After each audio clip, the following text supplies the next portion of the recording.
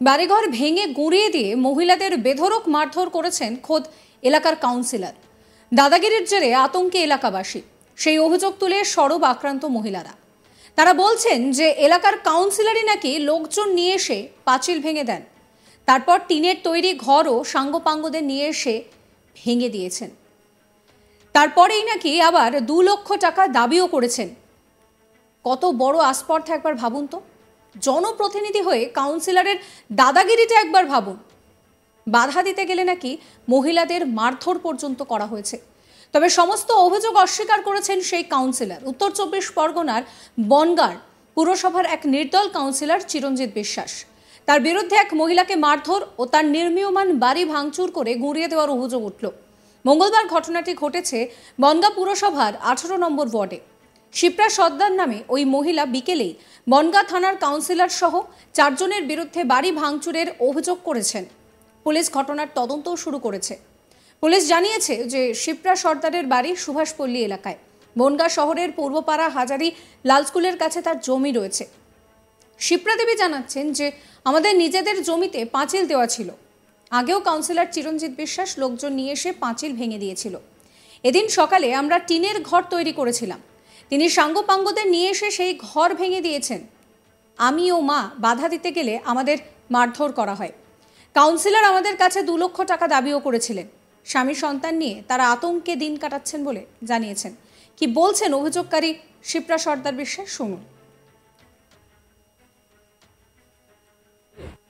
ঘটনাটা আমি একটা পূর্বপাড়া হাজারিলাল স্কুলে 18 নম্বর ওয়ার্ডে একটা জমি কিনেছি। 8 বছর হয়ে গেছে। 8 বছরের মধ্যে এতদিন কোনোদিন সমস্যা হয়নি। যখনই ওই কাউন্সিলর চিরঞ্জিত বিশ্বাস ওখানে কাউন্সিলর হয়েছে, তখন থেকে আমাকে ডিস্টার্ব করে যাচ্ছে। মানে ওই জমির দরুন 2 লাখ টাকা চেয়েছে। 2 লাখ টাকা যদি না দিতে পারিনি বলে তারপরে অনেক ধরনের কথাবার্তা বলেছে। আর এখন এমন ব্যবস্থা করছে যে আমাকে ওখানে টিকতেই দেবে না। মোটামুটি ওই জমিটা ওনার চাই, এইরকম একটা ব্যাপার নিয়ে দখল করার চেষ্টা করছে। এবং ওর ছেলে পেলে সব এসে আমাকে মাকে মারধর করছে। আর বলছে ওখানে আমাদের এই পাড়াতে আর ঢুকতে দেবে না, আসলে পুরো মাটির তলায় মেরে পুঁতে দেবে একদম।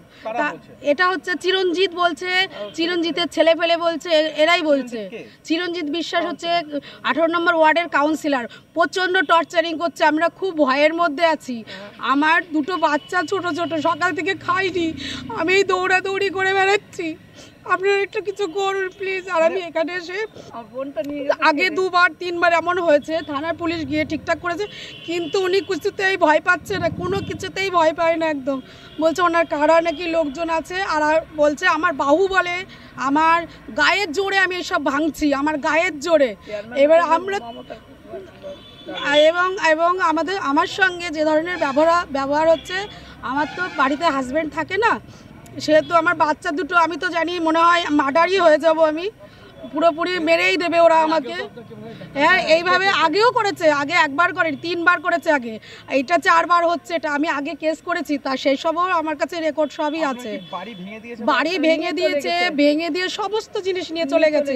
পাঁচিল ভেঙে দিয়েছে, পাঁচিলের ইট নিয়ে চলে গেছে। 3বার 4বার আমি পাঁচিল করেছি, থানার সহযোগিতায়, পৌরসভার সহযোগিতায়, কিন্তু উনি কিছুতেই আমাকে ওখানে থাকতে দেবে না, টিকতে দেবে না। এটা হচ্ছে পূর্বপাড়া হাজারিলাল স্কুলের পাশে। এটা কতদিন ধরে হচ্ছে? এটা যতদিন, মানে 2 বছর 3 কাউন্সিলর, ততদিন ধরেই এটা হচ্ছে। এই প্রথম অভিযোগ করলেন? না, এর আগেও আমি অভিযোগ করেছি, অনেকবার অভিযোগ করা হয়েছে থানাতে, আমি করেছি। হ্যাঁ, সুরাহা বলতে এখান থেকে গিয়ে ঠিকঠাক করে দিয়ে আসে, কিন্তু ওনারা তো ভয় পায় না। ওনারা আবার, আমি ঘর করতে গেলে আমি আবার পাঁচিল করলে ভেঙে দেয়। এবার আমি ভাড়া বাড়িতে থাকি, একটা থাকার বন্দোবস্ত করেছি, সামান্য টিনের ঘর করতে গেছি আমারই জায়গায়। এখন আপনি কি চাইছেন? আমি চাইছি যে ওখানে আমি বসবাস করবো, আমি তো ভাড়া বাড়ি থাকি। কাউন্সিলরকে কি তোলা দিতে হবে? হ্যাঁ, তোলা দিতে হবে, ওনাকে 2 লাখ টাকা দিতে হবে কাউন্সিলর চিরঞ্জিত বিশ্বাসকে।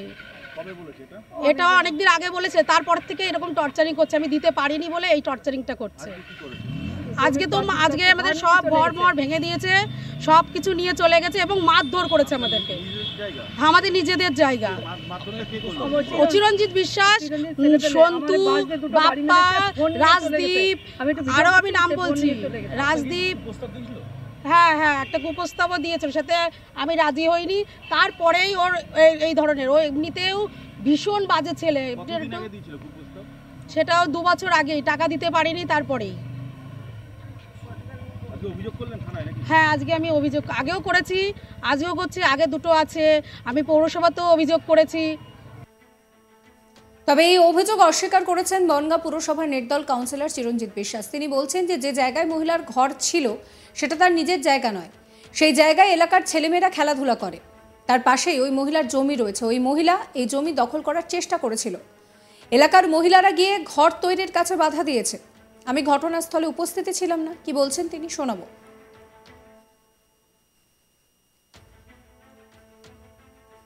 অ্যাকচুয়ালি আমি ব্যাপারটা জানি না ঘটনাটা কী হয়েছে। যিনি হয়তো কমপ্লেন করেছে তাকে আমি সঠিকভাবে চিনিও না।